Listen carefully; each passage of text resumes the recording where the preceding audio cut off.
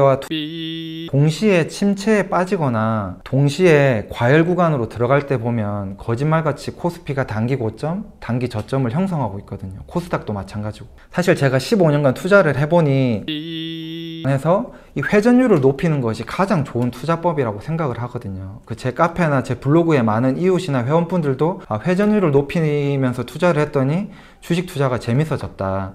그러고 공부할 재미가 난다. 그리고 주식 투자가 막 권해주고 싶고 할 원동력이 생겼다. 이렇게 동기부여됐다는 말을 많이 하시거든요. 그래서 우리가 돈이 많거나 하면 같이 투자하는 게 맞겠지만 저 같은 경우는 뭐 여전히 저평가돼 있는데 손절하는 것은 옳지 않다고 생각을 하거든요. 그래서 제가 물타기를 권장하고 있는 거죠. 개인이 만들어낼 수 없는 또 거래대금이 들어와서 큰 거래량이 터진 시점, 그 시점이 왔을 때 매수를 해서 물타기를 해서 평단가를 낮춰놓는다면 또 그 매수 주체가 주가를 올리는 시점이 분명히 오기 마련이거든요. 그때 우리가 수익을 내고 꼭 나올 수 있습니다. 제가 신혼을 신림동의 원룸에서 단칸방에서 시작을 했었어요. 사실 요즘 같은 때 단칸방에서 신혼을 시작하는 사람이 있냐? 라고 말씀을 하실 수도 있겠지만 상당히 어렵게 투자를 했고 아까 말씀드린 것처럼 사회초년생일 때 모아놓은 돈을 다 날려보기도 했어요.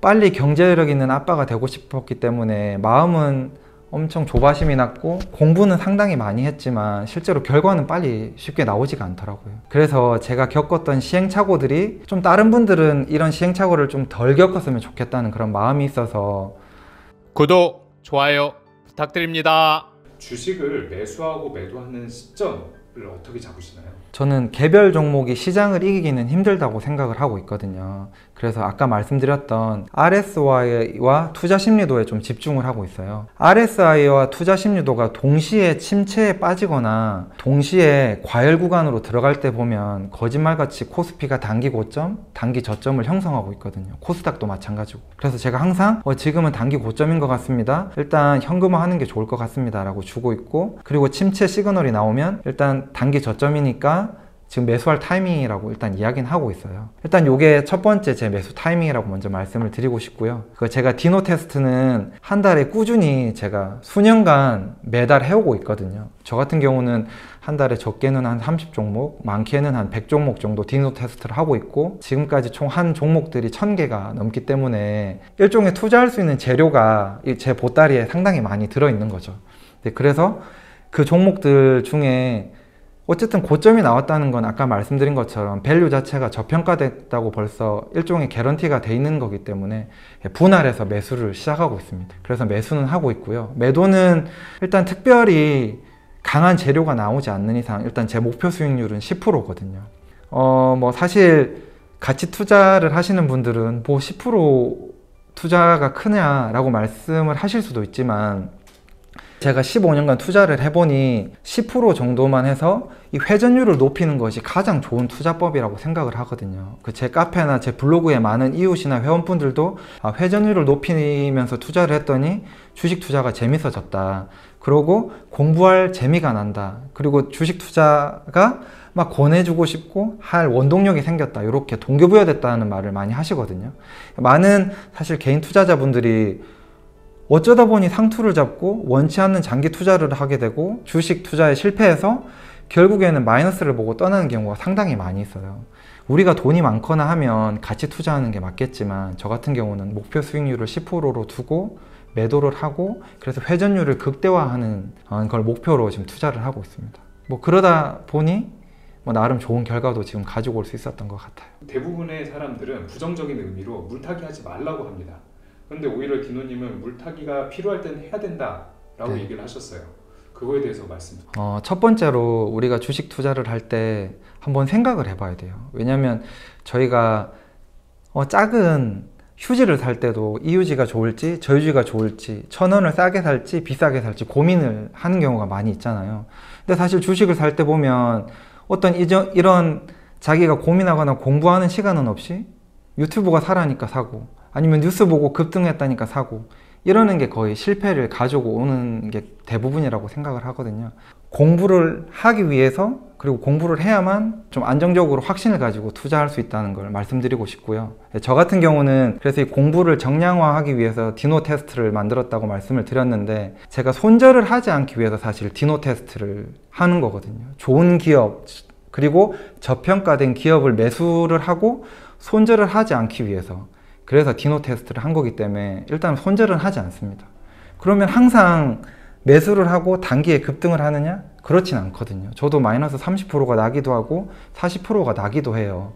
하지만 그 기업의 1년이 지났을 시점에 제가 마이너스 30%가 난 종목을 봤을 때 내가 매수했을 때 당시에 내가 매수했던 이유가 없어졌다 라고 하면 매도하는 게 맞지만, 여전히 저평가되어 있는데 손절하는 것은 옳지 않다고 생각을 하거든요. 그래서 제가 물타기를 권장하고 있는 거죠.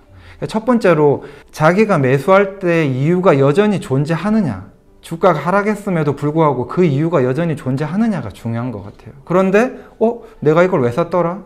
또는 이 기업은 지금 적자나고 있네, 망했네? 라고 생각한다면 손절하는 게 맞죠. 근데 그렇지 않다면 물타기를 해서 평단을 낮춰놓고 다시 상승이 타는 그 시점을 기다려서 수익을 내는 것이 가장 좋다고 생각을 하거든요. 그래서 물타기는 해야 된다고 말씀을 드린 거였고, 그러면 물타기는 언제 해야 되느냐? 물타기를 하는 시점은 저는 그렇게 생각을 해요. 아까 말씀드린 것처럼 제가 밸류가 저평가되어 있다고 해서 매수를 했는데 또 더 내려간 거잖아요. 그런데 이 바닥에서 우리가 개인이 만들어낼 수 없는 또 거래대금이 들어와서 큰 거래량이 터진 시점, 그 시점이 왔을 때 매수를 해서 물타기를 해서 평단가를 낮춰놓는다면 또 그 매수 주체가 주가를 올리는 시점이 분명히 오기 마련이거든요. 그때 우리가 수익을 내고 꼭 나올 수 있습니다. 그래서 10%가 내렸으니까 물을 타야지, 갑자기 월급이 들어왔으니까 물을 타야지, 저희는 한정된 돈으로 투자를 하기 때문에 이렇게 기준 없는 물타기는 안 될 것 같고요. 첫 번째로, 내가 매수할 때 이유가 여전히 존재하느냐, 그것이 존재한다면 거래 대금이 터졌을 때, 우리가 알 수 없는 어떤 거대한 세력이 들어왔을 때, 그때 물타기를 한다면 아마 또 이익을 낼 수 있는, 그런 수익을 낼 수 있는 승률을 상당히 높일 수 있을 것 같습니다. 160여 개, 네네. 150여 개 이제 리스트를 쫙 봤는데, 그 중에 보니까 1년 넘게 가지고 가신 종목이 몇 개 있더라고요. 네, 많이는 네, 아니지만 몇 개 네, 있고, 네, 네. 어떤 거는 이제 거기엔 적혀 있지 않지만 마이너스 30% 이상 손실이 나기도 했었다라고 적어주셨고요. 그때 어떻게 견디셨습니까? 일단 제가 실제로 블로그에 공식적으로 추천을 드린 종목 중에 마이너스 40% 가까이 간 적도 있어요.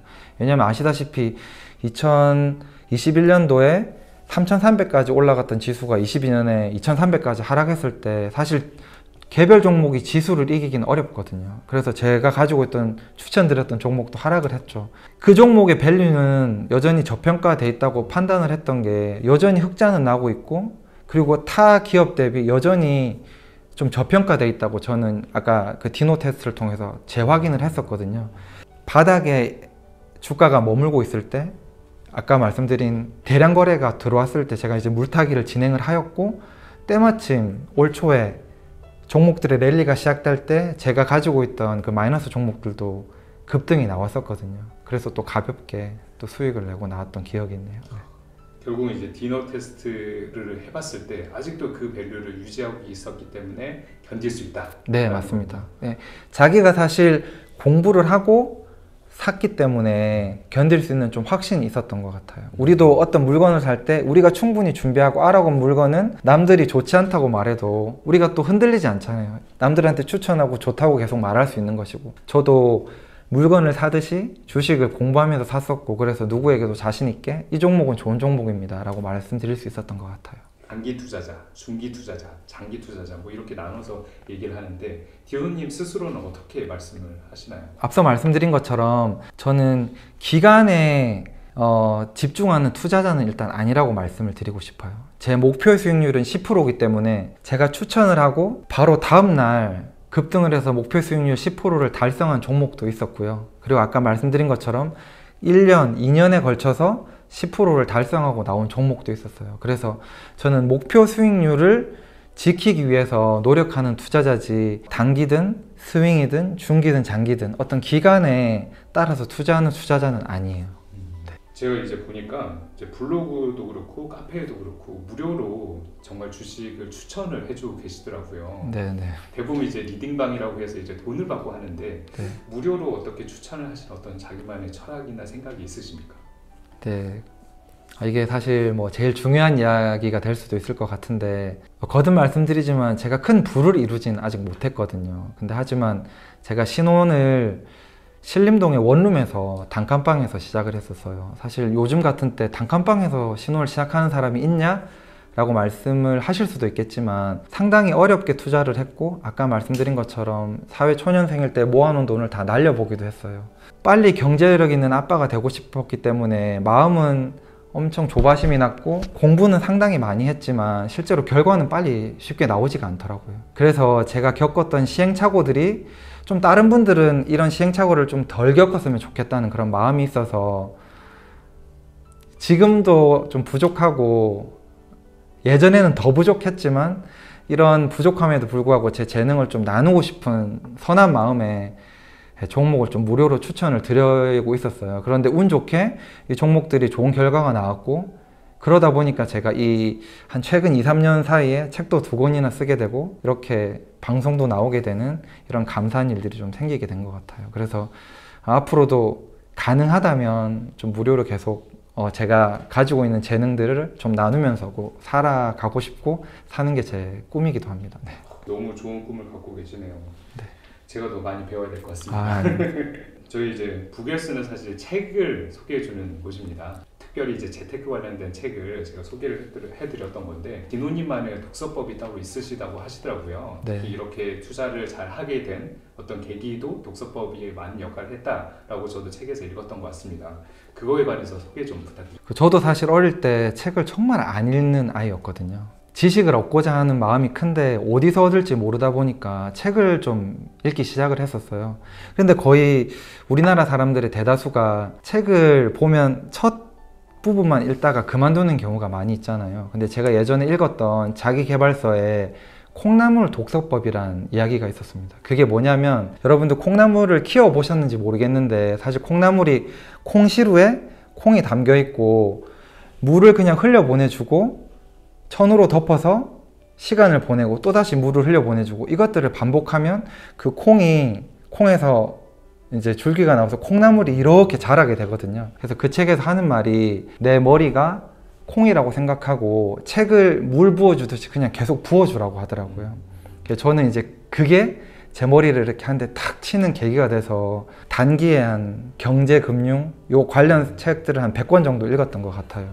그러다 보니까 사실 경제 서적들이 다 그렇거든요. 처음에는 비슷한 이야기 또는 이런 이야기를 하다가 실제로 저자들이 하고 싶었던 말은 나중에 결정적일 때 일부만 있기 때문에 나중에는 어렵게 읽었던 책들이 좀 빨리 읽히게 되고 이해도도 높아지게 되더라고요. 여러분들도 포기하지 마시고 이해가 안 되더라도 콩나물에 물을 준다고 생각하라고 다독을 계속 하시다 보면 어느 순간 시간이 지났을 때 나도 모르게 나의 인사이트가 이렇게 자라있는 걸 발견하실 수 있을 거예요. 그래서 절대 포기하지 마시고 책을 꾸준히 보시고 그리고 이런 북웰스 같은 좋은 컨텐츠를 계속해서 보시다 보면 아마 성공 투자 그리고 저보다 더 나은 투자자가 될 거라고 생각을 하고 있습니다. 네. 저도 사실 비슷한 생각을 갖고 있는데 책을 읽을 때 이걸 이해한다 안 한다라는 생각보다는 그냥 흘려보내줘라. 네, 콩나물을 맞습니다. 키우듯 네. 이렇게 해줬으면 좋겠다는 겁니다. 네네. 마지막으로 북웰스 구독자분들께 한 말씀 부탁드립니다.